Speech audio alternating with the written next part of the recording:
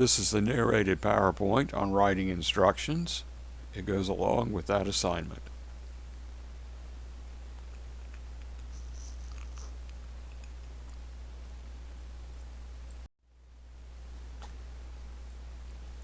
So first you need to think about writing these instructions for a process that you know pretty well. It could be something that's related to a job or to a hobby, but it does need to be something at which you consider yourself to be an expert. Sometimes I've had students tell me that they don't know how to do anything. And I think, my goodness, how'd you get here today? But, all of you know how to do something. A lot of times students will do recipes that they do. A lot of you are away from home for the first time, and maybe in 2 or 3 years into that, and you've started doing some cooking, so that's fine to do a recipe. Length is going to be around 500 words. I'm not interested in how to make peanut butter and jelly sandwiches or how to make paper airplanes. I am interested in something that's more complicated and more useful than that, and something that you would do on the job. I think the problem with writing a set of instructions on how to make a peanut butter and jelly sandwich is that the audience for a set of instructions like that very probably doesn't know how to read. So, in terms of format, you may use memo or letter format, and again, go back to that chapter on writing correspondence and technical communication for format examples. And then this context, under context and audience, it says your format should be apparent from the context. So in other words, whether you pick letter or memo format depends upon the context that you describe. Are you communicating instructions to customers?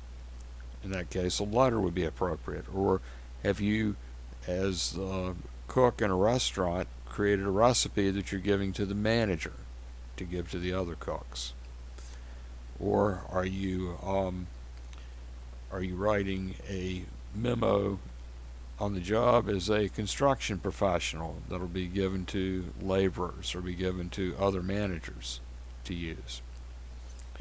Something one of the construction management professors told me once is that what construction management students will do after they graduate pretty frequently is go to a meeting on something like safety, for example, and then when they get back, they'll write it up and give it to their manager or give it to foremen, who will then have to communicate it to people on the job, or they themselves may have to do an oral presentation or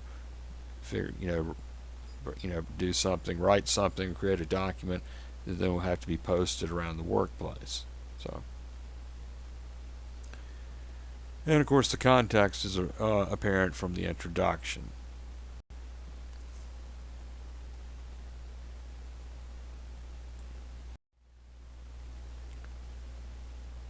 Okay, so we've kind of covered the first bullet point. You do want them to be in a workplace context. You can use visual aids, but if you take them from another source, they need to be documented. And use headings liberally so that at a glance the different parts of the different stages of the process you're describing are evident. Like you put them on the floor and see the major parts from the headings that you've used.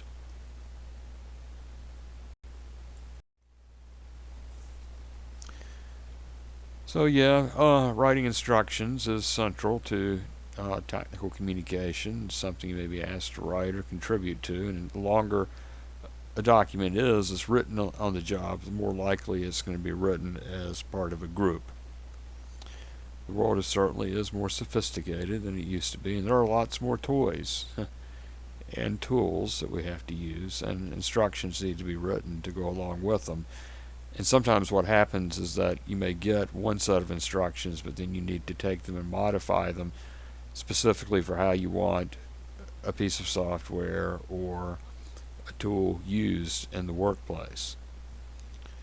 And yes, the trend is to produce user-friendly documents. When VCRs first came out in the 1980s, the one that I bought, the instructions were extremely difficult. I never did figure out how to get it to do something like come on at a certain time and record a show. And then when I got my next VCR, maybe about 10 years later, I noticed that the instructions had gotten a lot better. They were a lot bigger. There were more visuals, and the interface between the user and the VCR was also, it's a lot easier to use. You could do it through on-screen programming rather than having to push buttons on dials on the front of the VCR. And the difference between a manual and a set of instructions is that usually what a manual is it's a collection of instructions. It's instructions on how to do different things. So you buy by Microsoft Windows, you'll get a fairly thick manual that'll tell you how to do all kinds of different things with Windows. So, and just the fact that there's a book that's become popular in the last 20 years or so are the dummy books. And it started out, it was related to Windows. The first one was Windows for Dummies, and now there's all kinds of dummies books. There's poetry for dummies. There's existentialism for dummies. You name it, there's a dummy book. So, and what those dummy books are is they're manuals, and they consist of different sets of instructions. I'm not sure how the one on existentialism works, but I did see one of those once. But nevertheless, it's a collection of instructions on how to do different things related to the general topic of using Microsoft Windows or what have you.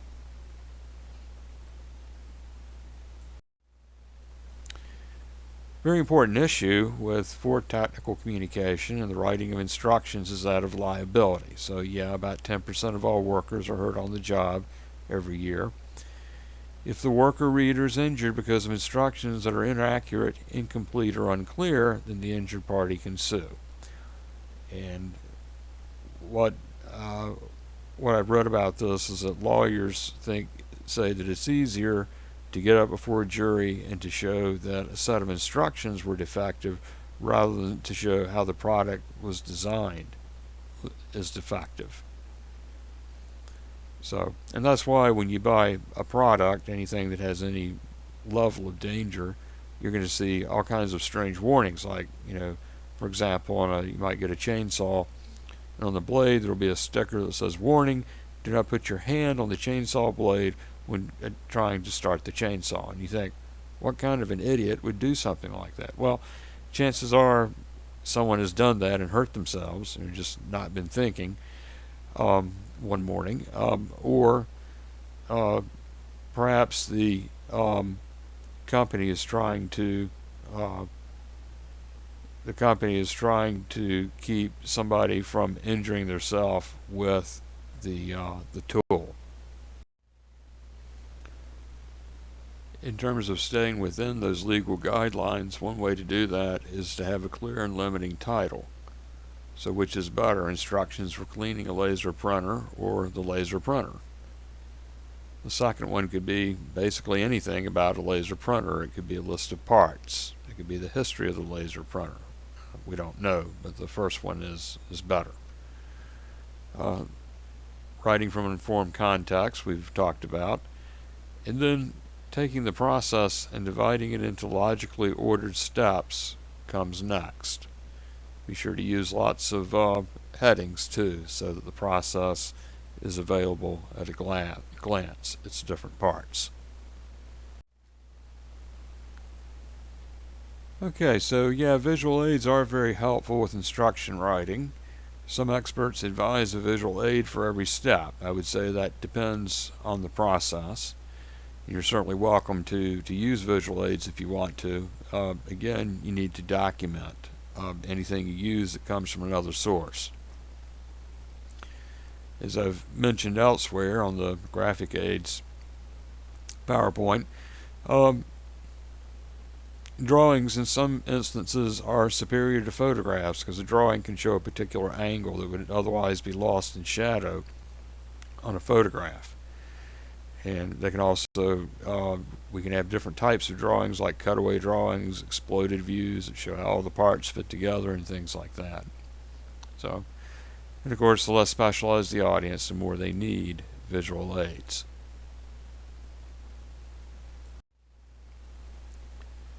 When you're trying to show somebody how to do something with a computer, screenshots can be helpful.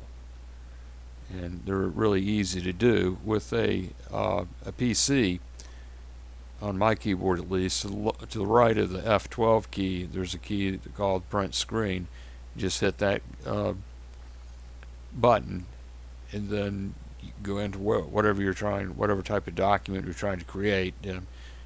For this assignment, it'll be Microsoft Word, I'm sure, and then you just hit paste. You can also copy and paste directly into PowerPoint, which is where this came from.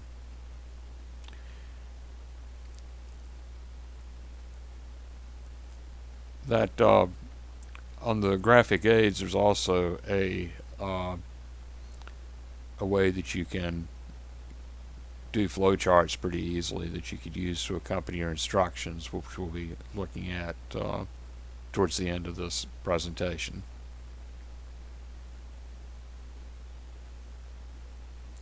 On Macs, we'll also do this, the print screen. I don't remember what the command is, but you can look it up. It's a pretty common thing.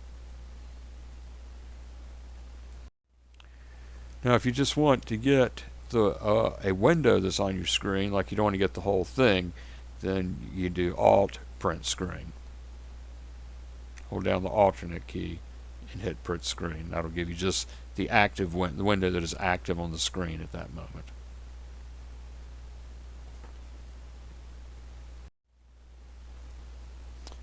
And so here's what that looks like in Microsoft Word. As I said in the graphics presentation, you can go in and you can get to, as you can see here, there's a chart that'll take you into, so that you can create charts similar to the way that you do in Excel, though Excel is really better. And there's also here under Smart Art, there's all types of processes and cycles and things like that you can play around with. So you just pick the one that you want to, and you can play around with several if you like. And then this was the first one under process, and then you just go in and you enter what you want to be in there, and you can certainly extend it beyond 3 boxes if you like.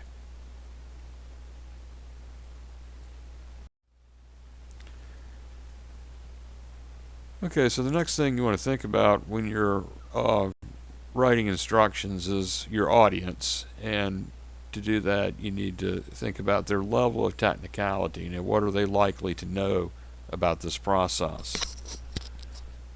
Have they done it before, or have they done similar processes? But you need to start by providing background. For example, how would you convince readers to keep a backup disk? And I think that kind of skull and crossbones on that computer screen kind of says it all. In case we've been having trouble recently with computers being hijacked.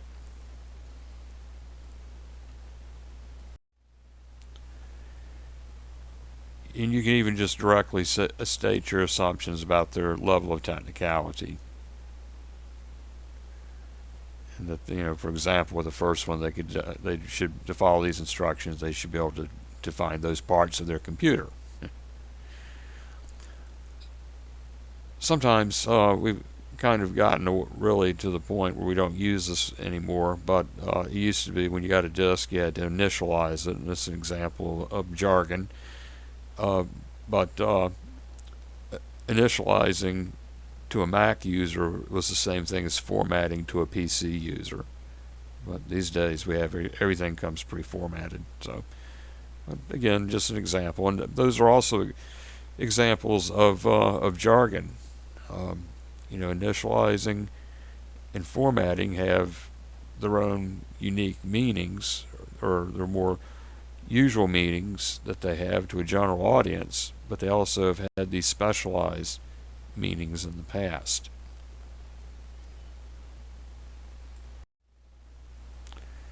And then you want to provide detailed explanations. Now, here's some instructions in a high voltage area, in high voltage industrial area. So we might think first, who might read them? What are the education levels of the people we might read them? I would say that there could be someone there, working there, who has a master's degree in electrical engineering. It's possible. How about a high school dropout? I would say that's possible too. My experience with construction jobs and things like that is that the more dangerous jobs usually paid better, and people who don't have much education don't tend to have access to well-paying jobs. So they therefore will be more willing to take dangerous jobs.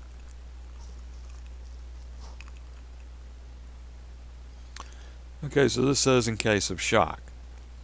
It says check vital signs. It doesn't tell us what they are. I assume that's respiration, maybe heartbeat. And it says establish an airway. What does that mean? Does that mean open a door? Does it mean tilt the head back so that the throat isn't blocked? Does it mean something else? Does it mean perform an informal tracheotomy with your Swiss Army knife? It's unclear. 3 is administer external cardiac massage. What is that? Is that chest pumping? Does it include mouth-to-mouth resuscitation? Again, it's not clear. And then we get to number 4, ventilate if cyanosed. And then we might refer to these questions to the right. How well do these instructions connect with you? Is there a point where you get lost? Well, I have to say that by step 4, I'm definitely lost. One is the use of the word ventilate. How is that different from establishing an airway? And what does cyanosed mean? If you don't know what cyanosed means, you don't have to feel dumb. It's not a word. It's a corruption of a word or a made-up word. It's a corruption of 2 different words, cyanosis, which is a noun, and cyanotic, which is an adjective. And cyanosed, by its having an ed, suggests that it's a verb, but it's not a verb. But anyway, cyanosis and cyanotic means that the skin is characterized by a bluish color because of the absence of oxygen in the system. So, in other words, the person's turning blue, then you need to ventilate, whatever that means. And then we get to step 5, treat for shock, and that's pretty straightforward, except isn't that what we've been doing? Because it says at the top, in case of shock. So how is that different from what we've already been doing? Haven't we been treating for shock? Well, I guess I'm assuming, and again I'm assuming, that what they mean by shock is just kind of more in general what happens when the body experiences something really traumatic. Like if you have someone's out walking around on a frozen over pond in the middle, in the winter, and the ice breaks and they fall in, they might not be physically hurt at all. There might not be any cuts or broken bones or anything like that, but you treat for shock because the body goes through a tremendous shock of getting extremely, extremely cold. So I guess that's what it means. So, I think we all kind of fall by the wayside, at least by step 4. What is the high school dropout going to make of this? Well, we would hope that the high school dropout and everybody else who works in this facility has had some training on what to do. But again, this document doesn't stand by itself. How could it? Well, more detail for the steps, that would be one way, and visual aids would be another. Images showing how to establish an airway and what ventilating if cyanosed means. Maybe that's mouth-to-mouth resuscitation. I don't know.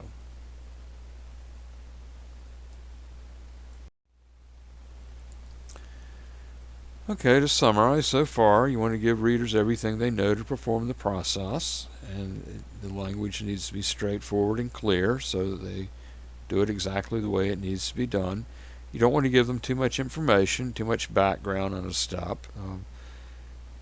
Note extra information can be helpful, but there's a way of doing that we'll look at in just a few minutes.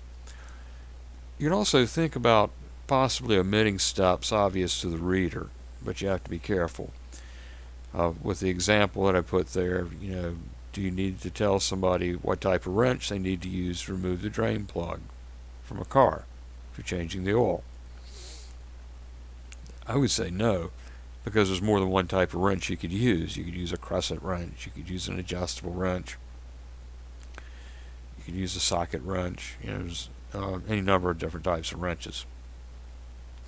But of course, an oil filter wrench is different because there's only one thing you do with an oil filter wrench, and use that to take oil filters off of engines. And then you adjust the rate of information by adding detail when you want to slow your reader down, go more carefully through a particular part of the process.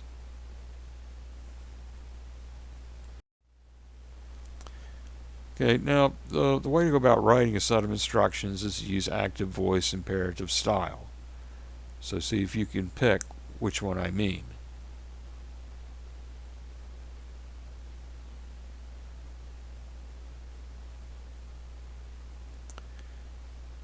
And the correct one is number 1. That's active voice imperative style. We use the imperative style for giving instructions,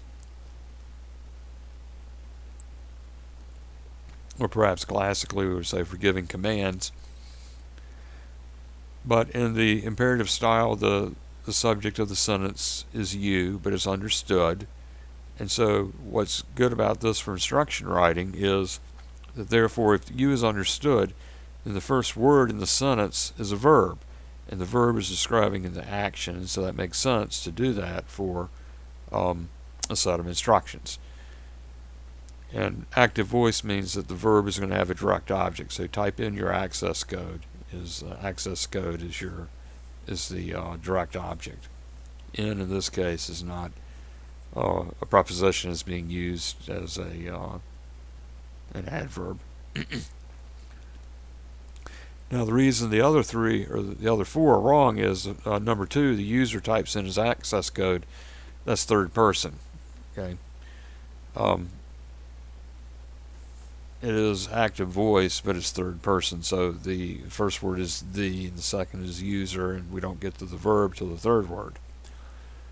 Number 3 is that's subjunctive voice. We use that for writing about the hypothetical. You should do something. You would do something. You could do something. Should, would, and could are examples of subjunctive voice auxiliary verbs. Okay. Number 4, it is important to type in your access code. This is not imperative style because it's third person. It is a third person pronoun. There's first person pronoun is I, second person is you, which is what we want to write in. Third person is he, she, or it. So it's not imperative style. Okay, it's also not active voice. It's passive. And so is number 5. Number 5 is still third person. The access code, it's not first person I, it's not second person you. Everything else is third person. So that's okay,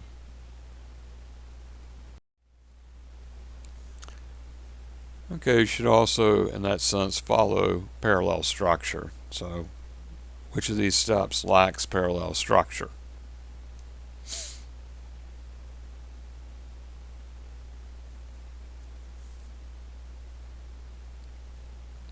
And if you said number 2, you're right. Number 2 does not follow parallel structure. The other 3 are actually our active voice imperative mood. But number 2, the control key and the C key are pressed simultaneously, is written from the third person point of view. And you notice we got switch type, and then we got are pressed, which is a verb, but it's way down at the other end of the line. So to correct that, you would say press the control key and the C key simultaneously, or better yet, simultaneously press the control key and the C key. It's okay to violate parallel structure to get a word in like simultaneously that tells you how to do something, an adverb.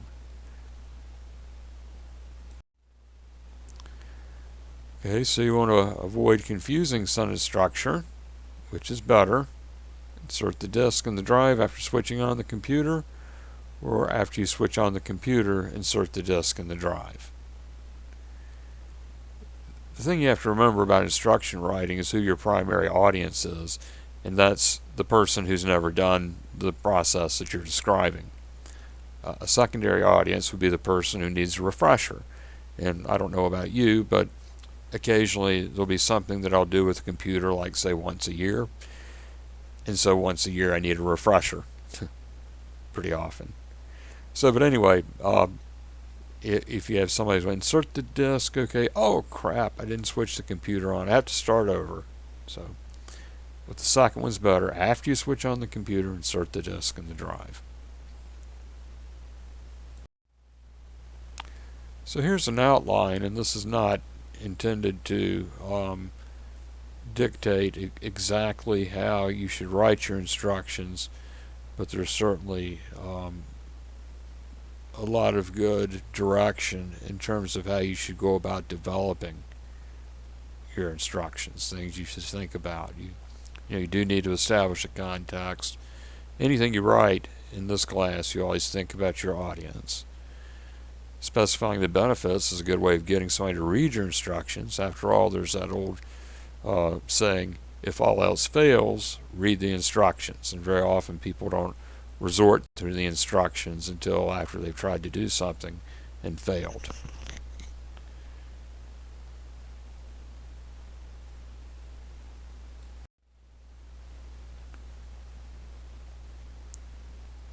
So in the introduction, you could indicate any types of warnings, especially warnings and dangers and so forth. And then there's nothing wrong with repeating them before the step they pertain to.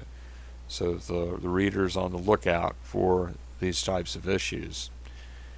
With things like material, equipment, special conditions, materials are things that are going to be consumed in the process. So if you're going to write a set of instructions on how to install sheetrock or something like that, then your materials will be your sheetrock tape, your sheetrock dope, your nails that you're going to use, all that sort of thing. And then the tools that you would have would be, your hammer and maybe a ladder and things used to wipe the dope down so that it's more. It would be more easily painted over and all that sort of thing. So materials are things that are consumed in the process, and equipment would be the tools. Now, special conditions could be something like, let's say, if you're describing how to paint, you're writing instructions for how to paint a car, then you want to be in a place that is both clean and well ventilated as well. So. And the list of major steps is a good way to start orienting your reader to the process that follows. Then you get into the first major step. You want to think about any particular definitions that pertain just to this step, materials and equipment just for this step, and are there any sub-steps? And with a sub-step, you might have something like with the oil change, running a bead of oil around the gasket before you screw it onto the car would be an example of a sub-step in that major step of screwing the new oil filter on, which would not, in the process, would not be the first major step. It would probably be several steps into the process. But anyway, that's an example of a sub-step. Something that you do, but it is not a major step. It's part of what makes up a major step.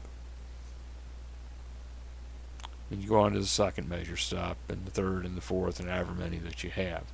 Be sure to use headings as you're doing this, again, so that your reader can see the major parts of this process at a glance. Then you get into the conclusion. One thing I like about technical communication in general is in conclusions you don't usually, summary is valuable, it has value, but you actually do something. You might make a recommendation. Something else you do in instructions is troubleshooting. You have to apply Murphy's Law and think about everything that can go wrong and what to do about it when it does. Sometimes people will do things like they'll skip a step, or they'll skip a a material, an ingredient or something like that, and then things don't turn out the way they hoped it would, and they want to know why, or they didn't carry out the process exactly as it had, the temperature wasn't right or what have you. So again, this outline is not intended to dictate how you write your instructions, but it does have a lot of good advice, and I do look for the review of major steps, which is a good way for the new user to make sure they've done everything in the right order, and also look for troubleshooting.